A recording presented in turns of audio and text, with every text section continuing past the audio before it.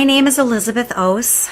I have suffered from chronic pelvic pain for several years. I have just now begun a treatment plan to combat this chronic condition. I want to thank you for your time today. It's impossible to fully capture and recount all that has led me here today. I have lived with years of pain. I have lost relationships, time with my children. I have dealt with unbearable pain during and after intimacy with my husband, years of misdiagnosis, rushing to emergency rooms because when I urinate, it feels like boiling water is exiting my body. A description I have painted for countless ER doctors. Various surgeries, procedures, special diets, medical bills, shame, embarrassment, sleepless nights, missed opportunities, and the list goes on. It's impossible during our short time together here to fully convey how much this disease has taken away from me, and I imagine a bit uncomfortable for you to hear. Yes, I cannot enjoy sex with my husband. I cannot drive on some days. I cannot sleep most nights. What might be uncomfortable for you to hear is a daily feat that has to be conquered by the millions of us who suffer from interstitial cystitis, IC.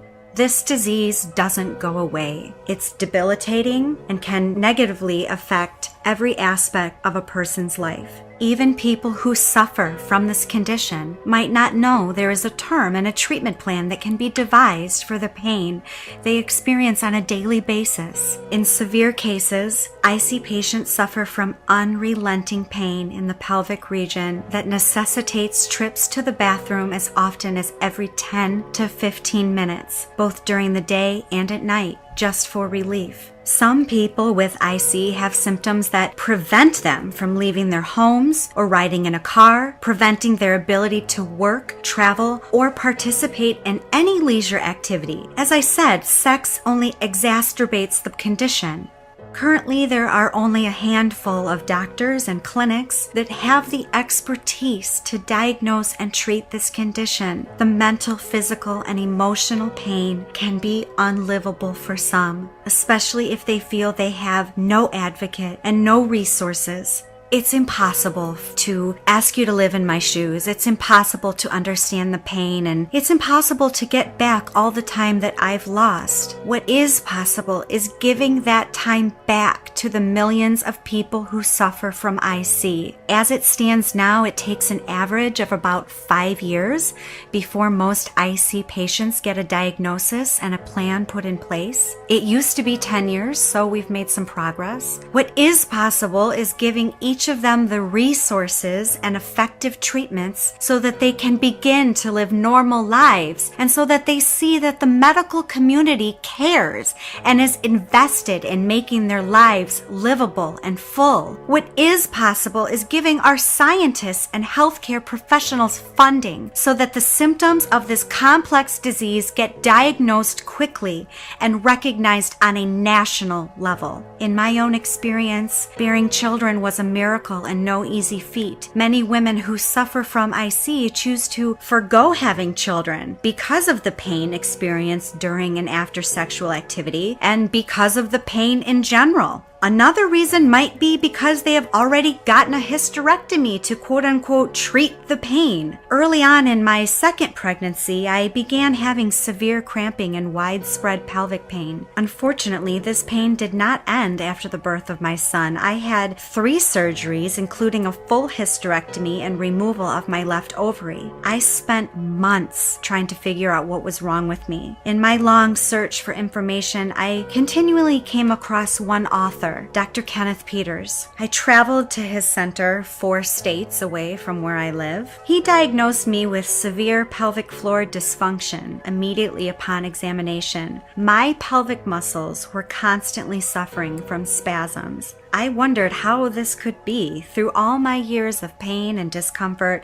and countless pelvic exams, not one doctor ever noticed or commented on the state of my muscles. Dr. Peter confidently said that the center he he had put in place would be able to give me as much as 50 to 100% improvement in my symptoms. He was right. With proper physical therapy, which involves the internal stretching and stopping of spasming of trigger points, and also with the use of transvaginal trigger point injections, I, for the first time in years, was able to feel like a normal person, with my pain managed, feeling happy, feeling healthy, and living with my condition mostly under control. I was lucky enough to find a physical therapist that specialized in the treatment of internal release, but there was no one who performed the internal transvaginal injections. I again had to fight. I had to keep control of my pain. I had no one that was around me that could be an advocate for this disease but me. I decided to reach out to one of my former gynecologists to see if he would be willing to give me the injections. He has agreed, and I'm happy to say that our doctor-patient relationship is better than it ever was. This is just my story,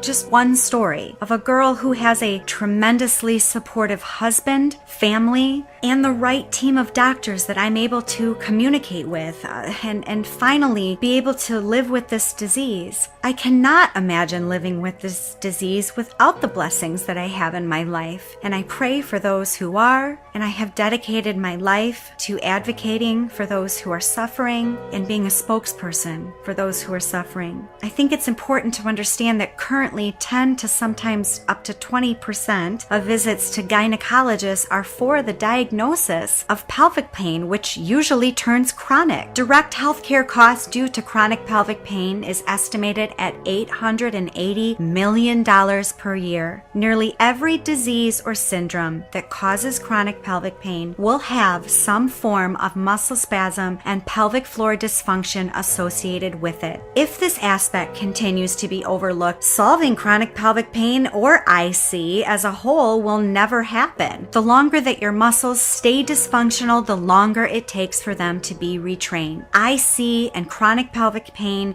need to become a large focus for gynecologists and urologists. There are too many people who are suffering without answers. I ask you to please help. Please become an advocate. Please become a voice. Please become the answer for the millions of men and women who are suffering and struggling to find a diagnosis for a disease it took me years to get under control. We need to get funding for research, to get quicker diagnosis, to get treatment, and to give hope to those who are afflicted so that they can live happy and healthy lives. Don't we all deserve that? It is so imperative that funding for the CDC and the NIH do not be cut. Cutting those funds will not, in the overall picture, save money for anyone. Because like I said, that $8,800 million per year, that number is only going to go up if these other sources are cut, and have millions of more people out there suffering without a diagnosis, without effective treatments. The longer that this goes on, the longer it takes to effectively give back a higher standard of life to these people.